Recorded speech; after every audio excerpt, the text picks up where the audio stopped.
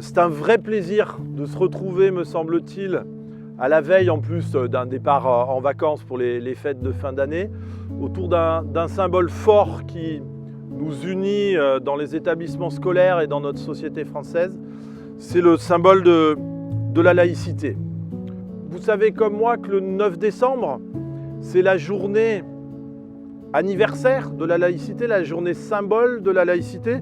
Au lycée des Catalins, cette année, on s'est questionné sur ce qu'allait être notre journée de la laïcité et on a décidé de la prolonger un petit peu sur une semaine de la laïcité pour laisser à chacun le temps de travailler sur ce sujet-là avec ses élèves et de ne pas être obligé un jour J de répondre à une commande, mais de prendre le temps de travailler sereinement.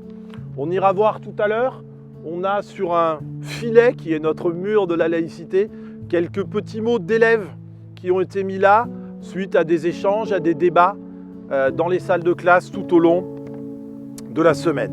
Au lycée des Catalins, on essaye de développer des espaces symboliques de la laïcité et entre cet olivier et la salle Samuel Paty qui est là, on a deux de ces espaces symboliques. D'abord un espace de laïcité grave et de combat, celui de la salle Samuel Paty. Rappelons-nous de notre collègue assassiné en novembre 2021 au nom du combat qu'il menait pour la laïcité, pour la liberté d'expression et pour le droit au blasphème.